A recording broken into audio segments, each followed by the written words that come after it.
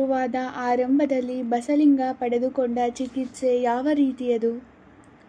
ಬಸಲಿಂಗ ತನ್ನ ಎಡಗಣ್ಣು ನೋಯತೊಡಗಿದಾಗ ಮೊದಲಿಗೆ ಕಣ್ಣು ಬೇನೆ ಇರಬಹುದೆಂದು ಉದಾಸೀನ ಮಾಡಿದ. ನೋವಿನೊಂದಿಗೆ ಕಣ್ಣು ಮಂದವಾಗತೊಡಗುತ್ತಿದೆ ಎಂದು ಅನ್ನಿಸಿದಾಗ ಹೆದರಿಕೆಯಾಗಿ ನಗರದ ತನ್ನ ಎಂದಿನ ವೈದ್ಯರಿಗೆ ತೋರಿಸಿದ. ಅವರು ಹಚ್ಚಿಕೊಳ್ಳಲು ಒಂದು ಲೇಹ ಕೊಟ್ಟು ಕೆಲವು ಮನೆಮದ್ದುಗಳನ್ನು ಪಾಲಿಸಲು ಮತ್ತು ಧೈರ್ಯದ ಮಾತುಗಳನ್ನು ಹೇಳಿ ಕಳುಹಿಸಿದರು. ಸ್ವಲ್ಪ ಸಮಾಧಾನದಿಂದ ಮನೆಗೆ ಬಂದ ಬಸಲಿಂಗ ವೈದ್ಯರು ಹೇಳಿದಂತೆ ಹಲವು ದಿನ ಲೇಹ್ಯ ಹಚ್ಚಿಕೊಂಡು ಬಟ್ಟೆಯ ಕಾವು, ಉಪ್ಪಿನ ಕಾವು ಕೊಟ್ಟುಕೊಂಡ. ಆದರೆ ಕಣ್ಣಿನ ಮಂದಸ್ಥಿತಿ ಮತ್ತು ನೋವು ಕಡಿಮೆಯಾಗಲೇ ಇಲ್ಲ. ಒಲ್ಲದ ಮನಸ್ಸಿನಿಂದಲೇ ಆತ ಸರಕಾರಿ ಆಸ್ಪತ್ರೆಯ ಡಾಕ್ಟರ್ ತಿಮ್ಮಪ್ಪನವರ ಬಳಿಗೆ ಬಂದ.